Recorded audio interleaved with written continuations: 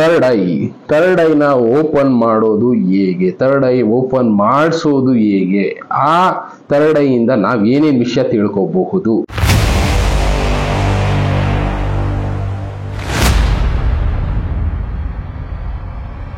ನಮಸ್ಕಾರ ವೀಕ್ಷಕರೇ, ನಾರ್ಮಲ್ ಆಗಿ ಥರ್ಡ್ ಐ ಬಗ್ಗೆ ಈಗ ಎಲ್ಲಾ ಕಡೆ ಮಾತಾಡ್ತಾ ಇದ್ದಾರೆ. ನಾವು ಥರ್ಡ್ ಐ ಓಪನ್ ಮಾಡಿಸ್ತೀವಿ, ಈ ರೀತಿ ಧ್ಯಾನ ಮಾಡಿದ್ರೆ, ಈ ರೀತಿ ನೀವು ಯೋಗ ಮಾಡಿದ್ರೆ ನಿಮ್ಗೆ ಥರ್ಡ್ ಐ ಓಪನ್ ಆಗುತ್ತೆ, ಪ್ರಪಂಚದಲ್ಲಿ ಏನೇನಾಗುತ್ತೆ ಎಲ್ಲ ವಿಷಯಗಳನ್ನು ತಿಳ್ಕೋಬಹುದು ಅಂತ ಕೆಲವಷ್ಟು ಇನ್ಸ್ಟಿಟ್ಯೂಟ್ಗಳು ಶುರುವಾಗಿದೆ ಬಿಡಿ.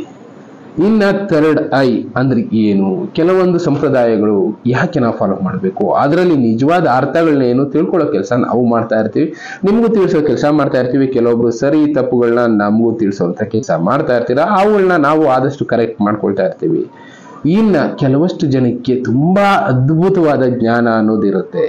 ಇನ್ನ ಕೆಲವಷ್ಟು ಜನ ಆ ಜ್ಞಾನನ ಆಚೆ ತೋರಿಸ್ಕೊಳ್ಳೋದಕ್ಕೆ ಇಷ್ಟಪಡೋದಿಲ್ಲ. ಕೆಲವೊಬ್ರು ಎಕ್ಸಿಬಿಟ್ ಮಾಡೋದಕ್ಕೆ ಅದನ್ನ ಬೇರೆ ರೀತಿ ಕೆಟ್ಟದಕ್ಕೂ ಬಳಸ್ಕೊಳ್ಳೋದಕ್ಕೂ ಇಷ್ಟಪಡ್ತಾರೆ. ಅದನ್ನ ದೇವ್ರ ಸ್ವರೂಪದಲ್ಲಿ ತೋರಿಸಿ ಜನರನ್ನ ಯಾಮಾರಿಸೋದಕ್ಕೂ ಇಷ್ಟಪಡ್ತಾರೆ. ಇನ್ನ ಥರ್ಡ್ ಐ ಅನ್ನೋದಕ್ಕೆ ಒಂದು ಎಕ್ಸಾಂಪಲ್ ನಾನು ತೋರಿಸ್ತಾ ಹೋಗ್ತೀನಿ. ಇಲ್ಲಿ ನೋಡ್ಬೋದು ನೀವು, ಟ್ರಯಾಂಗಲ್ ಒಳಗಡೆ ಒಂದು ಐಸ್ ಅನ್ನೋದಿದೆ.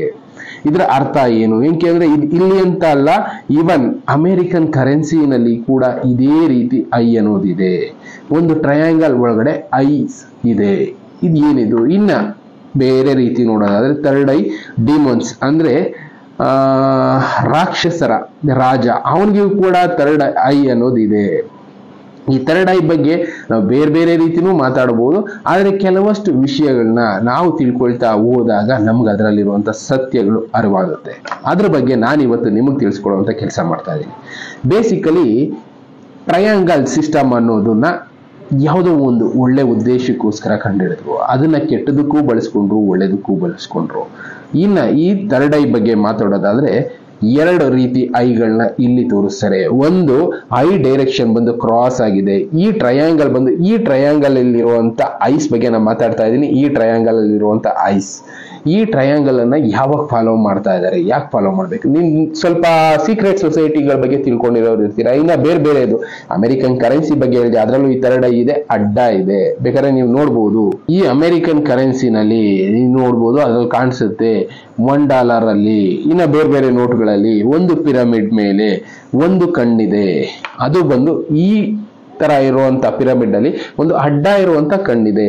ಏನಿದು ಕಣ್ಣಿನ ಅರ್ಥ ಅನ್ನೋದಾದ್ರೆ, ಒಬ್ಬೊಬ್ರು ಒಂದೊಂದು ದೇವತೆಗಳನ್ನ ಪೂಜೆ ಮಾಡ್ತಾ ಇದ್ರು. ಕೆಲವೊಬ್ರು ರಾಕ್ಷಸ ದೇವತೆಗಳನ್ನ ಕೂಡ ಪೂಜೆ ಮಾಡ್ತಾ ಇದ್ರು. ಕೆಲವೊಬ್ರು ನೈಜ ದೇವತೆಗಳು, ಒಳ್ಳೆ ಕೆಲಸ ಮಾಡುವಂತ ದೇವತೆಗಳು ಅಂತವ್ರನ್ನ ಕೂಡ ಪೂಜೆ ಮಾಡ್ತಾ ಇದ್ರು. ಅದರಲ್ಲಿ ಶಿವನ ಪೂಜೆ ಮಾಡ್ತಾ ಇದ್ರು. ಶಿವನ ಐ ಯಾವ ತರ ಇದೆ? Third I. ನಾರ್ಮಲ್ ಆಗಿ ಶಿವನ ಐ ಡೈರೆಕ್ಷನ್ ಬಂದು ಸ್ಟ್ರೈಟ್ ಆಗಿರುತ್ತೆ. ಅದೇ ಡಿಮೋನ್ಸ್ ಅಂದ್ರೆ ರಾಕ್ಷಸ ದೇವತೆಗಳ ಕಣ್ಣು ಬಂದು ಅಡ್ಡ ಇರುತ್ತೆ. ಇದನ್ನೇ ಹೇಳ್ತಾ ಇರೋದು ಥರ್ಡ್ ಐ. ಎರಡು ರೀತಿ ವೇರಿಯೇಷನ್ ಇದೆ. ಒಂದು ರಾಕ್ಷಸ ಗಣನ ಗುರುತಿಸಿದ್ರೆ, ಇನ್ನೊಂದು ದೈವಗಣನ ಗುರುತಿಸುತ್ತೆ. ನಾವು ಗಣಗಳ ಬಗ್ಗೆ ಮಾತಾಡ್ತೀವಿ, ರಾಕ್ಷಸ ಗಣ, ಮನುಷ್ಯ ಗಣ, ಈ ಕಡೆ ದೇವಗಣ ಅಂತ. ಇದನ್ನ ನಕ್ಷತ್ರಗಳ ಆಧಾರದ ಮೇಲೆ ಡಿವೈಡ್ ಮಾಡಿದರೆ, ಕೆಲವೊಂದು ಸಲ ನಕ್ಷತ್ರಗಳು ವೇರಿಯೇಷನ್ ಆಗೋ ಚಾನ್ಸಸ್ ಇರುತ್ತೆ. ನಾವು ಅಧ್ಯಯನ ಮಾಡ್ತಾ ಹೋದ್ರೆ ಗೊತ್ತಾಗುತ್ತೆ. ನನಗೆ ಅಷ್ಟೊಂದು ಅದ್ರ ಬಗ್ಗೆ ಐಡಿಯಾ ಇಲ್ಲ, ಬಟ್ ಬೇರೆಯವ್ರ ಹತ್ರ ಡಿಸ್ಕಸ್ ಮಾಡಿದಾಗ ಕೆಲವಷ್ಟು ಸಣ್ಣ ಪುಟ್ಟ ವಿಷಯಗಳನ್ನ ಮಾತ್ರ ನಾನು ತಿಳ್ಕೊಂಡು ನಿಮಗೆ ತಿಳಿಸುವಂತ ಕೆಲಸ ಮಾಡ್ತಾ ಇರ್ತೀನಿ. ಇನ್ನ ಈ ಥರ್ಡ್ ಐ ಬಗ್ಗೆ ಎರಡು ಇನ್ಫಾರ್ಮೇಶನ್ ನಾನು ತಿಳ್ಕೊಂಡೆ, ಅಂತ ವಿಷಯಗಳನ್ನ ನಿಮಗೆ ತಿಳಿಸೋ ಕೆಲಸ ಮಾಡ್ತೀನಿ. ಇದು ತಪ್ಪಾ ಸರಿನಾ ಅಂತ ಕೆಲವೊಬ್ರು ಜಡ್ಜ್ ಮಾಡ್ತೀರಾ ಬಿಡಿ. ಎಲ್ಲನೂ ಸರಿನೂ ಅಲ್ಲ, ಎಲ್ಲನೂ ತಪ್ಪು ಅಲ್ಲ ಅನ್ನೋದು ಮಾತ್ರ ನಾನು ಅರ್ಥ ಮಾಡ್ಕೊಂಡಿದ್ದು, ನಾನು ಬೇರೆಯವ್ರ ಹತ್ರ ಮಾತಾಡಿದಾಗ ತಿಳ್ಕೊಂಡಿದ್ದು. ಒಬ್ಬೊಬ್ರು ಜ್ಞಾನಿಗಳು ಒಂದೊಂದು ವಿಷಯಗಳನ್ನ ಸಂಶೋಧನೆ ಮಾಡ್ತಾ ಮಾಡ್ತಾ ಅದರಲ್ಲಿ ಒಂದು ಸಿದ್ಧಿಗಳನ್ನ ಪ್ರಾಪ್ತಿ ಮಾಡ್ತಾರೆ. ಅದೇ ರೀತಿ ಈ ಮುದ್ರೆಗಳು ಕೂಡ ಉಟ್ಕೊಂಡಿದ್ದು. ಒಬ್ರು ಈ ಮುದ್ರೆ ಫಾಲೋ ಮಾಡಿ ಅಂತಾರೆ, ಒಬ್ರು ಈ ರೀತಿ, ಇನ್ನೊಬ್ರು ಈ ರೀತಿ, ಒಬ್ಬೊಬ್ರು ಒಂದೊಂದು ಮುದ್ರೆಗಳನ್ನ ಹೇಳಿದ್ರಲ್ಲ. ಯಾಕೆ ಹೇಳಿದ್ರು ಅಂದ್ರೆ, ಆ ಮುದ್ರೆಗಳಲ್ಲಿ ಒಂದು ಸಿದ್ಧಿ ಅನ್ನೋದು ಸಿಗ್ತಾ ಇತ್ತು. ಅವ್ರು ಅದರಿಂದ ಸಾಧನೆ ಮಾಡಿದಾಗ ಅದರಿಂದ ಒಂದು ಅನುಭವಗಳಾಗ್ತಾ ಇತ್ತು. ಒಳ್ಳೇದಕ್ಕೆ ಬಳಸ್ಕೋಬಹುದು, ಅದನ್ನ ಕೆಟ್ಟದಕ್ಕೂ ಕೂಡ ಬಳಸ್ಕೋಬಹುದು. ಈ ರೀತಿ ಒಂದು ಸಿಂಬಲ್ ಇರುವಂತ ರಾಕ್ಷಸ ಮುದ್ರೆ ಕೂಡ ಇದೆ. ಎಷ್ಟೆಷ್ಟೋ ಕಡೆ ನೀವು ನೋಡಿರ್ಬಹುದು. ಅಂತ ಸಿಂಬಲ್ಗಳನ್ನ ಕಂಡುಹಿಡಿತಾ ಹೋದ್ರು. ಅವುಗಳಲ್ಲಿ ಈ ಥರ್ಡ್ ಐ ಕೂಡ ಒಂದು. ಮುಂದೆ ಏನಾಗುತ್ತೆ, ಜಗತ್ತಲ್ಲಿ ಏನೇನಾಗ್ತಾ ಇದೆ, ನಾವಿರುವಂತ ಸುತ್ತಮುತ್ತ ನಮಗೆ ಒಳ್ಳೇದು ಮಾಡ್ಬೇಕು ಅನ್ನೋರು ಎಷ್ಟು ಜನ ಇದ್ದಾರೆ, ಕೆಟ್ಟದ್ದು ಮಾಡ್ಬೇಕು ಅನ್ನೋರು ಎಷ್ಟು ಜನ ಇದ್ದಾರೆ, ಈ ಥರ್ಡ್ ಐ ಅಲ್ಲಿ ತಿಳ್ಕೋಬಹುದು. ಒಂದು, ನಮ್ಮ ಸುತ್ತಮುತ್ತ ಇರೋದನ್ನ ತಿಳ್ಕೋಬಹುದು. ಅದ್ರ ಜೊತೆಗೆ ಅದಕ್ಕೆ ಮೀರಿದ್ದು ಪ್ರಪಂಚದಲ್ಲಿ ಏನಾಗ್ತಾ ಇದೆ, ಪ್ರಪಂಚ ಮುಂದೆ ಏನಾಗುತ್ತೆ, ಹಿಂದೆ ಏನಾಗಿತ್ತು, ನಮ್ಮ ಪರಿಸ್ಥಿತಿ ಆ ಮುಂದಿನ ಪ್ರಪಂಚದಲ್ಲಿ ಏನಾಗುತ್ತೆ ಅನ್ನೋ ವಿಷಯಗಳನ್ನ ಕೂಡ ಈ ಥರ್ಡ್ ಐಯಲ್ಲಿ ನೋಡ್ಬೋದು. ಆಸ್ಟ್ರಲ್ ಟ್ರಾವೆಲ್ ಅಂತ ನಾವು ಮಾತಾಡ್ತೀವಿ. ಆಸ್ಟ್ರಲ್ ಟ್ರಾವೆಲ್ ಬಗ್ಗೆ ನಾವು ತುಂಬಾ ವಿಷಯಗಳನ್ನ ಕೇಳಿರ್ತೀವಲ್ವಾ. ಅದೇ ಆಸ್ಟ್ರಲ್ ಟ್ರಾವೆಲ್ ಅಲ್ಲಿ ಒಬ್ಬೊಬ್ರು ರೀತಿ ಒಂದೊಂದು ಹೇಳ್ಬೋದು ಬಿಡಿ. ಬ್ಲಾಕ್ ಅಂಡ್ ವೈಟ್ ಆಗಿ ಕಾಣಿಸ್ಕೊಂಡ್ರೆ ಅದು ನಾರ್ಮಲ್ ಕನಸು, ಇನ್ನ ಕಲರ್ಫುಲ್ ಆಗಿ ಕಾಣಿಸ್ಕೊಂಡ್ರೆ ಮುಂದೆ ಆಗುವಂಥದ್ದು ಇಲ್ಲ ಹಿಂದೆ ನಡೆದಿರುವಂತ ಒಂದು ಸನ್ನಿವೇಶಗಳಾಗಿರುತ್ತದು. ಇನ್ನ ಈ ಥರ್ಡ್ ಐ ಬಗ್ಗೆ ಮಾತಾಡ್ಬೇಕಾದ್ರೆ ಇಲ್ಲಿ ಒಂದು ಫೋಟೋ ತೋರಿಸ್ತಾ ಇದೆ ನೋಡಿ. ಶಿವನಿಗೆ 2 ಕಣ್ಣು ಮುಚ್ಚಿದ್ದಾರೆ, 1 ಕಣ್ಣು ತೆಗೆದಿದ್ದಾರೆ ಈ ಫೋಟೋದಲ್ಲಿ. ಇದರ ಅರ್ಥ ಇಲ್ಲಿ ಶಿವ 3ನೇ ಕಣ್ಣಿನಿಂದ ಪ್ರಪಂಚನ ನೋಡ್ತಾ ಇದ್ದಾನೆ, ಏನನ್ನು ಗುರುತಿಸ್ತಾ ಇರ್ತಾನೆ ಅನ್ನೋದು ಮಾತ್ರ ನಾವಿಲ್ಲಿ ಅರ್ಥ ಮಾಡ್ಕೋಬಹುದು. ಅದೇ ರೀತಿ ರಾಕ್ಷಸ ಕಣ್ಣುಗಳು ಕೂಡ ಅದೇ ರೀತಿ ಇದೆ. ಇಲ್ಲಿ ರಾಕ್ಷಸನ ಕಣ್ಣು ನೀವು ನೋಡ್ಬೋದು, ಅವನ ಕಣ್ಣು ಪ್ರಪಂಚನ ಯಾವ ರೀತಿ ನೋಡ್ತಾ ಇದೆ ಅದನ್ನೇ ಹೇಳಿದ್ದು, ಒಂದು ಕೆಟ್ಟ ದೃಷ್ಟಿ ಆದ್ರೆ ಒಂದು ಒಳ್ಳೆ ದೃಷ್ಟಿ ಅಂತ. ಇನ್ನ ಮೇಲೆ ಬಂದ್ಬಿಟ್ರೆ ದೇವಸ್ಥಾನಗಳಲ್ಲಿ ಹೋಗಿ ನಾವು ಸಾಷ್ಟಾಂಗ ನಮಸ್ಕಾರ ಮಾಡ್ತೀವಿ. ಯಾಕೆ ಮಾಡ್ತೀವಿ ಅಂದ್ರೆ ನಾವು ದೇವರಲ್ಲಿ ಕಂಪ್ಲೀಟ್ ಆಗಿ ಶರಣಾಗಿದ್ದೀವಿ. ನನಗೂ ಕೆಲವೊಂದು ವಿಷಯ ಗೊತ್ತಿರಲ್ಲ, ನಾನು ಕೇಳ್ದಾಗಲೇ ತಿಳ್ಕೊಬೇಕಾಗತ್ತೆ. ನಾನು ದೇವರ ಮುಂದೆ ಶೂನ್ಯ, ದೇವರಿಲ್ಲ ಅಂದ್ರೆ ನಾನಿಲ್ಲ. ಅದಕ್ಕೋಸ್ಕರ ನಾವು ದೇವರ ಮುಂದೆ ಅವನ ಪಾದಕ್ಕೆ ಶರಣಾಗ್ತೀವಿ. ಅದೇ ಸಾಷ್ಟಾಂಗ ನಮಸ್ಕಾರ. ಪೂರ್ತಿಯಾಗಿ ಉದ್ದ ಕೈ ನೀಡಿ ನಮಸ್ಕಾರ ಮಾಡ್ಕೊಂಡು ಮಾಡ್ತೀವಲ್ಲ ಸಾಷ್ಟಾಂಗ ನಮಸ್ಕಾರ, ಅದ್ರ ಬಗ್ಗೆ ಹೇಳ್ತಾ ಇದ್ದೀನಿ. ಇನ್ನ ಅದರಲ್ಲಿ ಬೇರೆ ಬೇರೆ ವಿಧಾನಗಳಿದೆ. ಈಗ ಫಾರಿನ್ ಕಡೆ ನೋಡೋದಾದ್ರೆ ತುಂಬಾ ಜನ ಒಂದು ಸಿಂಬಲ್ ನ ಫಾಲೋ ಮಾಡ್ತಾರೆ. ಈ ಸಿಂಬಲ್ ನ ಎಷ್ಟೆಷ್ಟೋ ಜನ ದೊಡ್ಡ ದೊಡ್ಡ ಬಿಲಿಯನಿಯರ್ಗಳು ಫಾಲೋ ಮಾಡ್ತಾರೆ. ಇದರಲ್ಲಿ ಒಳ್ಳೇದು ಇದೆ, ಕೆಟ್ಟದ್ದು ಇದೆ. ಅದನ್ನೇ ನಾನು ಹೇಳಿದ್ದು, ಈ ಸಿಂಬಲ್, ಈ ಟ್ರಯಾಂಗಲ್ ಸಿಂಬಲ್ ಅಲ್ಲಿ ಒಳ್ಳೇದು ಇದೆ, ಕೆಟ್ಟದ್ದು ಇದೆ. ಯಾವುದು? ಗಾಡ್ ಐಯು ಇದರಲ್ಲೇ ಇದೆ, ಡೇಮನ್ಸ್ ಐಯು ಇದರಲ್ಲೇ ಇದೆ.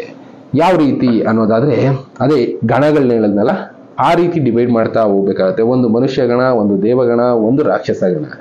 ರಾಕ್ಷಸರು ಯಾರು? ಅವರ ಥರ್ಡ್ ಐ ಯಾವತ್ತೂ ಅಡ್ಡ ಓಪನ್ ಆಗುತ್ತೆ. ಅವರಿಗೆ ನೆಗೆಟಿವಿಟಿ ಜನರಲ್ಲಿ ಈ ರೀತಿ ಸೃಷ್ಟಿ ಮಾಡಬೇಕು ಅನ್ನೋದು ಕಾಡ್ತಾ ಇರುತ್ತೆ. ಅವರು ಸ್ವಾರ್ಥಕ್ಕೋಸ್ಕರ ಜಾಸ್ತಿ ಮಾಡ್ಕೊಳ್ತಾರೆ. ತಾವು ಚೆನ್ನಾಗಿರಬೇಕು, ಬೇರೆಯವರು ಹೇಗಾದ್ರೂ ಹಾಳಾಗೋಗ್ಲಿ, ನಾವು ಚೆನ್ನಾಗಿದ್ರೆ ಸಾಕು ಅನ್ನೋದು ಅವರಲ್ಲಿ ಜಾಸ್ತಿ ಇರುತ್ತೆ. ಒಂದು 90% ಅವರ ಸ್ವಾರ್ಥಕ್ಕೋಸ್ಕರ, ಆದ್ರೆ ಇನ್ನು 10% ಬೇರೆ ಖುಷಿಗಳನ್ನ ಅನುಭವಿಸೋದಕ್ಕೋಸ್ಕರ. ಒಬ್ಬೊಬ್ಬರಿಗೆ ಯಾವ ರೀತಿ ಇರುತ್ತೆ, ಬೇರೆಯವರಿಗೆ ಕಷ್ಟ ಕೊಟ್ಟು ಆ ಖುಷಿನ ಅನುಭವಿಸೋದ್ರಿಂದ ಅವ್ರಿಗೆ ಏನೋ ಒಂಥರ ಫೀಲ್ ಸಿಗುತ್ತೆ, ಥ್ರಿಲ್ ಸಿಗುತ್ತೆ. ಅದಕ್ಕೋಸ್ಕರನೇ ಎಷ್ಟೋ ಜನ ಬದುಕ್ತಾ ಇರ್ತಾರೆ. ಈ ತರದ್ದೆಲ್ಲ ಇರುತ್ತೆ, ಅದನ್ನ ನಾವು ಅರ್ಥ ಮಾಡ್ಕೋಬೇಕಷ್ಟೇ. ಇನ್ನ ದೇವಸ್ಥಾನದಲ್ಲಿ ಸಾಷ್ಟಾಂಗ ನಮಸ್ಕಾರ ಮಾಡುವಾಗ ನಾರ್ಮಲ್ ಆಗಿ ನಾವು ಕೈನ ನೀಡಿ ನಮಸ್ಕಾರ ಮಾಡಿ ಸಾಷ್ಟಾಂಗ ನಮಸ್ಕಾರ ಮಾಡ್ತೀವಿ. ಆದ್ರೆ ಇನ್ನೊಬ್ರು ತಿಳಿಸಿದಂತ ವಿಷಯ, ಸಾಷ್ಟಾಂಗ ನಮಸ್ಕಾರನ ಈ ರೀತಿನೂ ಕೂಡ ಮಾಡಬಹುದು. ಈ ರೀತಿ ಟ್ರಯಾಂಗಲ್ ಶೇಪ್ ಇಟ್ಕೊಂಡು ಈ 2 ಕಣ್ಣುಗಳನ್ನ ಮುಚ್ಕೊಳ್ಳೋ ರೀತಿ ಇಟ್ಕೊಂಡು ನೆಲದ ಮೇಲೆ ನಮಸ್ಕಾರ ಮಾಡಬೇಕು. ಯಾಕೆ ಅಂತ ನಾನು ಪ್ರಶ್ನೆ ಮಾಡ್ತಾ ಹೋದೆ. ಇಲ್ಲಿ ಆಗ್ನೇಯ ಚಕ್ರ ಒಂದಿರುತ್ತೆ, ಶಿವನ 3ನೇ ಕಣ್ಣು ಈ ಪೋರ್ಷನ್ ಅಲ್ಲಿ ಬರುತ್ತೆ. ಆ ಕಣ್ಣು ಯಾವಾಗ ನೆಲಕ್ಕೆ ನಾವು ಟಚ್ ಮಾಡ್ತೀವಿ ಆಗ ನಮ್ಮ 3ನೇ ಕಣ್ಣು ಅನ್ನೋದು ಓಪನ್ನೇ ಆಗೋದಿಲ್ಲ. ಎಲ್ಲರಿಗೂ ಓಪನ್ ಆಗುತ್ತಾ ಈ ಶಕ್ತಿ ಇದೆಯಾ ಎಲ್ಲರಿಗೂ ಅಂತ ಕೇಳೋರು ಇರ್ತೀರ ಬಿಡಿ. ಚಾನ್ಸಸ್ ತುಂಬಾ ಕಡಿಮೆ.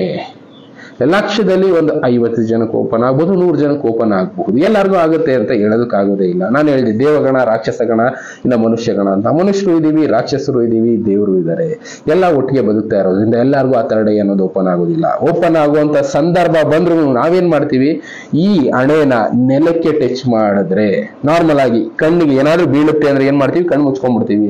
ಅದೇ ರೀತಿ ಈ ಹಣೆನ ನೆಲಕ್ಕೆ ಟಚ್ ಮಾಡೋದ್ರಿಂದ ಆ 3ನೇ ಕಣ್ಣು ಅನ್ನೋದು ಕ್ಲೋಸ್ ಆಗುತ್ತೆ, ಓಪನ್ ಆಗೋದಿಲ್ಲ ಅಂತ ಕೆಲವೊಬ್ರು ಜ್ಞಾನಿಗಳ ಹತ್ರ ನಾನು ಮಾತಾಡಿದಾಗ ತಿಳ್ಕೊಂಡಿದ್ದು.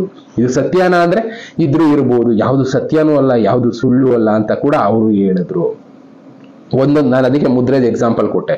ಒಂದೊಂದು ವಿಚಾರ ತಿಳ್ಕೊಳ್ತಾ ಹೋದಾಗ ಅದರಲ್ಲಿರುವಂತ ಸತ್ಯಗಳನ್ನ ಅರ್ಥ ಮಾಡ್ಕೋಬೇಕು. ನಮ್ಮಲ್ಲಿರುವಂತ ಶಕ್ತಿ ಏನು ಅನ್ನೋದನ್ನ ಅರ್ಥ ಮಾಡ್ಕೋಬೇಕು. ಅಂದ್ರೆ ಒಂದೊಂದು ದಾರಿಗಳಿರುತ್ತೆ ಬಿಡಿ. ಅದರಲ್ಲಿ ಈ ರೀತಿ ಸಿಂಬಲೈಸ್ ಆದ್ರೆ ಮನುಷ್ಯನಲ್ಲಿ ರಾಕ್ಷಸ ಗುಣನೂ ಇದೆ, ದೇವತ್ವ ಗುಣನೂ ಇದೆ. ಇನ್ನ ಯಾವ ಗುಣನೂ ಬೇಡ, ನಾರ್ಮಲ್ ಆಗಿ ನಮ್ಮ ಲೈಫ್ ನಾವು ನೋಡ್ಕೊಂಡು ಹೋಗೋಣ ಅನ್ನೋ ಮನುಷ್ಯರು ಇರ್ತಾರೆ. ಹೇಳದ್ನಲ್ಲ, ಈ ಸಿಂಬಲ್ ಅಲ್ಲಿ ಈ 2 ಕಡೆ ಈಗ ಇಟ್ಕೊಂಡ್ರೆ 2 ಕಣ್ಣುಗಳು ಮುಚ್ಕೊಳ್ಳುತ್ತೆ. ನೆಲದ ಮೇಲೆ ನಾವು ಈ ಪೋರ್ಷನ್ ಅಲ್ಲಿ ಕೈ ಇಟ್ಟಾಗ ಏನಾಗುತ್ತೆ, ನಮ್ಮ ಈ ಭಾಗ ನೆಲಕ್ಕೆ ಟಚ್ ಆಗೋದಿಲ್ಲ. ಆಗ 3ನೇ ಕಣ್ಣು ಅನ್ನೋದು ಓಪನ್ ಆಗತ್ತೆ.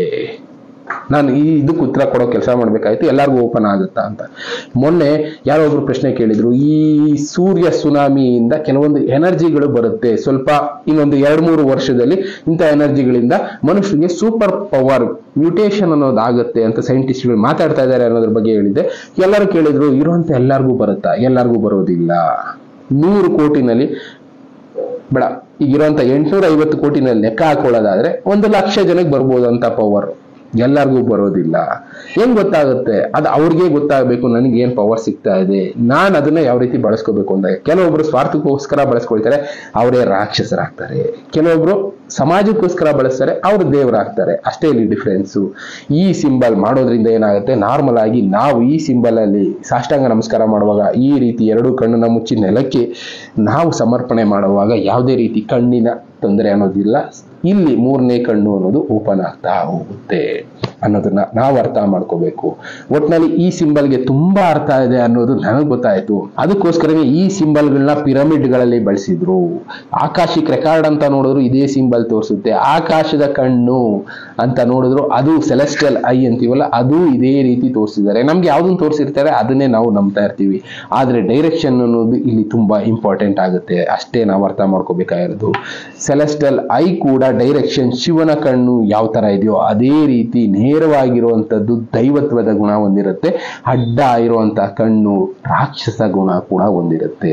ಅದಕ್ಕೋಸ್ಕರ ಶಿವನ ಕಣ್ಣನ್ನ ಇಲ್ಲಿ ಅನ್ಕೊಂಡ್ಬಿಡ್ತೀರಾ, ಇಲ್ಲ ಶಿವನ ಬಗ್ಗೆ ಹೇಳ್ತಾ ಇದ್ದಾರೆ, ಶಿವನ ಬಗ್ಗೆ ಅನ್ನೋದಕ್ಕಿಂತ ಒಳ್ಳೆಯದು ಅನ್ನೋದು ಮಾತ್ರ ಅರ್ಥ ಮಾಡ್ಕೊಳ್ಳಿ. ಆ ಕಡೆ ಅಡ್ಡ ಕಣ್ಣಿದ್ರೆ ಅದು ಕೆಟ್ಟದ್ದು ಅನ್ನೋದು ಮಾತ್ರ ಇಲ್ಲಿ ನಾವು ತಿಳ್ಕೊಬೇಕಾಗಿರೋದು. ಇನ್ನ ಅಮೆರಿಕಾದಲ್ಲಿ ಫಾಲೋ ಮಾಡ್ತಾ ಇದಾರಲ್ಲ, ಇದೆಲ್ಲ ಕೆಟ್ಟದ್ದ ಅಂತ ಕೇಳೋರು ಇರ್ತೀರ. ಅಮೆರಿಕಾನ ನಾವು ಇಷ್ಟು ವರ್ಷದಲ್ಲಿ ನೋಡ್ಕೊ ಬಂದಿದ್ದೀವಿ. ಅವರು ಬೇರೆ ದೇಶಕ್ಕೋಸ್ಕರ ಮಾಡೋದು ಕಡಿಮೆ, ಸ್ವಂತಕ್ಕೋಸ್ಕರ ನಮ್ಮ ದೇಶ ನಾವು ಹೆಚ್ಚು ಅಂತ ತೋರಿಸ್ಕೊಳ್ಳೋದಕ್ಕೆ, ದೊಡ್ಡಣ್ಣ ಆಗಿರಬೇಕು ಅನ್ನೋದಕ್ಕೋಸ್ಕರನೇ ಬಳಸ್ಕೊಳ್ತಾರೆ. ಈ ತರದ್ದು ತುಂಬಾ ಜನ ಇರ್ತಾರೆ ನೋಡಿ. ಅವರು ಈ ಸಿಂಬಲ್ಗಳನ್ನ ಫಾಲೋ ಮಾಡ್ತಾ ಇರ್ತಾರೆ. ಈ ಸಿಂಬಲ್ಗಳನ್ನ ಎಷ್ಟೋ ಜನ ಸೀಕ್ರೆಟ್ ಸೊಸೈಟಿಗಳಲ್ಲಿ ದೊಡ್ಡವರು ಈ ಸಿಂಬಲ್ ತೋರಿಸ್ಕೊಂಡು ಓಡಾಡ್ತಾರೆ. ಆ ಇದರಲ್ಲಿರೋರಿಗೆ ಈ ರೀತಿ ಕಣ್ಣು ಅಡ್ಡ ಓಪನ್ ಆಗಿರುತ್ತೆ ಅಂತ ಒಬ್ಬೊಬ್ರು ಜ್ಞಾನಿಗಳು ಹೇಳ್ತಾರೆ. ಈ ರೀತಿ ಉದ್ದವಾಗಿ ಓಪನ್ ಆದ್ರೆ ಅವ್ರು ಸೊಸೈಟಿಗೋಸ್ಕರ ಮಾಡ್ತಾರೆ, ಸೊಸೈಟಿಗೋಸ್ಕರ ಬದುಕ್ತಾರೆ. ಅದನ್ನೇ ಹೇಳಿದ್ದು. ನಾವು ನಮಸ್ಕಾರ ಮಾಡುವಾಗ ನಮ್ಮಲ್ಲಿರುವಂತಹ ಪದ್ಧತಿ ಆಗಿರೋದ್ರಿಂದ ಬೇರೆಯವರು ಆಲ್ರೆಡಿ ಫಾಲೋ ಮಾಡ್ತಾ ಇದ್ದಾರೆ ಬಿಡಿ. ನಮ್ಮಲ್ಲಿ ನಾವು ದೇವಸ್ಥಾನಗಳಲ್ಲಿ ಏನ್ ಮಾಡ್ತೀವಿ, ಸಾಷ್ಟಾಂಗ ನಮಸ್ಕಾರ ಮಾಡ್ತೀವಲ್ಲ, ಸ್ವಲ್ಪ ಇದನ್ನ ಟ್ರೈ ಮಾಡೋದ್ರಿಂದ ಕೆಲವೊಬ್ಬರಿಗೆ ಓಪನ್ ಆದ್ರೂ ಆಗ್ಬೋದು, ಎಲ್ಲರಿಗೂ ಓಪನ್ ಆಗದೇನೂ ಇರ್ಬೋದು. ಮಾಡಿದ ತಕ್ಷಣ ಓಪನ್ ಆಗುತ್ತಾ? ಇಲ್ಲ. ನಾನು ಮಾತಾಡಿದಾಗ ಹೇಳಿದ್ನಲ್ಲ, ಒಬ್ಬೊಬ್ಬರಿಗೆ 1 ವರ್ಷಕ್ಕೆ ಓಪನ್ ಆಗ್ಬೋದು, ಇಲ್ಲ 12 ವರ್ಷದ ತನಕ ಟೈಮ್ ತಗೋಬಹುದು. ಆ ಎನರ್ಜಿ ಅನ್ನೋದು, ಆ ಕರ್ಮಗಳು ಹೋಗಿ ಅವನಿಗೆ ಆ ಶಕ್ತಿ ಬರೋದಕ್ಕೆ. ಒಟ್ನಲ್ಲಿ ಈ ಸಿಂಬಲ್ ಅನ್ನೋದು ತುಂಬಾ ಪ್ರಖ್ಯಾತಿ ಆಗ್ತಾ ಇರೋದು ಯಾಕೆ ಅಂದ್ರೆ, ಕೆಲವೊಂದು ಆ ಟೈಮ್ ಬಂದಾಗ ಮಾತ್ರ ಪ್ರಖ್ಯಾತಿ ಆಗುತ್ತೆ. ಈ ಟ್ರಯಾಂಗಲ್ ಸಿಂಬಲ್, ಅಮೆರಿಕಾ ನೋಟಲ್ಲಿ ಇರುವಂತ ಸಿಂಬಲ್, ಪಿರಮಿಡ್ ಸಿಂಬಲ್, ಪಿರಮಿಡ್ ಒಳಗಡೆ ಇರುವಂತ ಐ ಸಿಂಬಲ್ ನಮ್ಮ ಥರ್ಡ್ ಐ ಆಗಿರುತ್ತೆ. ಅದು ನೆಲಕ್ಕೆ ತಾಗದಾಗ ನಾವು ಅದನ್ನ ಓಪನ್ ಮಾಡಿ ಪ್ರಪಂಚನ ನೋಡೋದಕ್ಕಾಗೋದಿಲ್ಲ ಅನ್ನೋದಷ್ಟೇ ಇಲ್ಲಿ ನಾನು ನಿಮಗೆ ತಿಳಿಸ್ಬೇಕು ಅಂತ ಇದ್ದಿದ್ದು. ಒಟ್ನಲ್ಲಿ ಈ ಥರ್ಡ್ ಐ ಯಾವ ರೀತಿ ಓಪನ್ ಆಗುತ್ತೆ ಅನ್ನೋದ್ರ ಬಗ್ಗೆ, ಪ್ಲಸ್ ಜನಗಳು ಎಷ್ಟೆಷ್ಟೋ ಜನನ ಹ್ಯಾಮರ್ಸವರು ಇದ್ದಾರೆ ಬಿಡಿ, ಥರ್ಡ್ ಐ ಈಸಿಯಾಗಿ ಓಪನ್ ಮಾಡಿಸ್ಬಿಡ್ತೀವಿ, ನಮ್ಗೆ ಈ ತರ ಮಾಡಿಸ್ಬಿಡ್ತೀವಿ, ಇಷ್ಟು ಫೀಸ್ ಆಗುತ್ತೆ. ಹಾಗೆ ಒಂದ್ಸಲ ಅದನ್ನು ಯೋಚನೆ ಮಾಡಿ, ಬಟ್ ಪ್ರಾಕ್ಟಿಕಲ್ ಆಗಿ ಕೆಲವೊಬ್ಬರ ಹತ್ರ ಮಾತಾಡಿ ಡಿಸ್ಕಸ್ ಮಾಡಿ, ಇದು ನಿಜಾನ ಸತ್ಯನ ಅನ್ನೋದು ಅರ್ಥ ಮಾಡ್ಕೊಳ್ಳಿ. ಡಿಸ್ಕಸ್ ಮಾಡದೆ ಯಾವುದೂ ಕೂಡ ಫಾಲೋ ಮಾಡೋದಕ್ಕೆ ಹೋಗ್ಬೇಡಿ. ಒಟ್ಟಿನಲ್ಲಿ ಇದರಿಂದ ನನಗೆ ಅರ್ಥ ಆಗಿದ್ದೇನು ಅಂದ್ರೆ, ನಾವು ಮೂರನೇ ಕಣ್ಣು ಓಪನ್ ಮಾಡಬೇಕು ಅಂದ್ರೆ ನಾರ್ಮಲ್ ಕಣ್ಣುಗಳನ್ನ ಕ್ಲೋಸ್ ಮಾಡ್ಕೊಳ್ಳೇಬೇಕು. ಎಲ್ಲಾ ಕಣ್ಣು ಬಿಟ್ಕೊಂಡು ನೋಡ್ತಾ ಇದ್ರೆ ಪ್ರಪಂಚ ಕಾಣಿಸ್ತಾ ಇರುತ್ತೆ, ಮೂರನೇ ಕಣ್ಣಲ್ಲಿರುವಂತ ಶಕ್ತಿ ಗೊತ್ತಾಗೋದಿಲ್ಲ. ಯಾವತ್ತು ಈ ಸಿಂಬಲ್ ಇಂದ 2 ಕಣ್ಣುಗಳನ್ನ ಕ್ಲೋಸ್ ಮಾಡಿಕೊಂಡು ಈ ಮೂರನೇ ಕಣ್ಣಿನ ಭಾಗನ ಓಪನ್ ಆಗೋದಕ್ಕೆ ಬಿಡ್ತೀವಿ, ಅವತ್ತು ಪ್ರಪಂಚದ ಜ್ಞಾನ ಅನ್ನೋದು ನಮಗೂ ಸಿಗುತ್ತೆ. ಈ ಸಿಂಬಲ್ಗಳನ್ನ ಆಗಿನ ಕಾಲದಲ್ಲಿ ಋಷಿ ಮುನಿಗಳು ಫಾಲೋ ಮಾಡ್ತಾ ಇದ್ರು ಅಂತ ನಾನು ಯಾರ ಹತ್ರ ಮಾತಾಡೋದು ತಿಳ್ಕೊಂಡೆ. ಬಟ್ ಇರ್ಬೋದಾ ಸತ್ಯ ಅಂದ್ರೆ ಇರೋಂಥ ಚಾನ್ಸಸ್ ಇರುತ್ತೆ, ಸುಳ್ಳ ಅಷ್ಟೊಂದು ನನಗೂ ಐಡಿಯಾ ಇಲ್ಲ. ಒಟ್ಟಿನಲ್ಲಿ ನೀವು ಬೇಕಾದ್ರೆ 4 ಜನದ ಹತ್ರ ಡಿಸ್ಕಸ್ ಮಾಡಿ, ಈ ವಿಷಯಗಳ ಬಗ್ಗೆ ಚರ್ಚೆ ಮಾಡಿ, ಫಾಲೋ ಮಾಡೋದಕ್ಕೆ ಶುರು ಮಾಡಿ. ಒಳ್ಳೆ ದಾರಿನಲ್ಲಿ ಹೋಗೋದಷ್ಟೇ ನಮ್ಮ ಉದ್ದೇಶ. ಇನ್ನು ಇದೇ ರೀತಿ ವಿಷಯಗಳನ್ನ ನಾನು ನಿಮಗೆ ತಿಳಿಸುವಂತ ಕೆಲಸ ಮಾಡ್ತಾ ಇರ್ತೀನಿ. Thank you. ಮತ್ತೆ ಸಿಗ್ತೀನಿ. Good bye.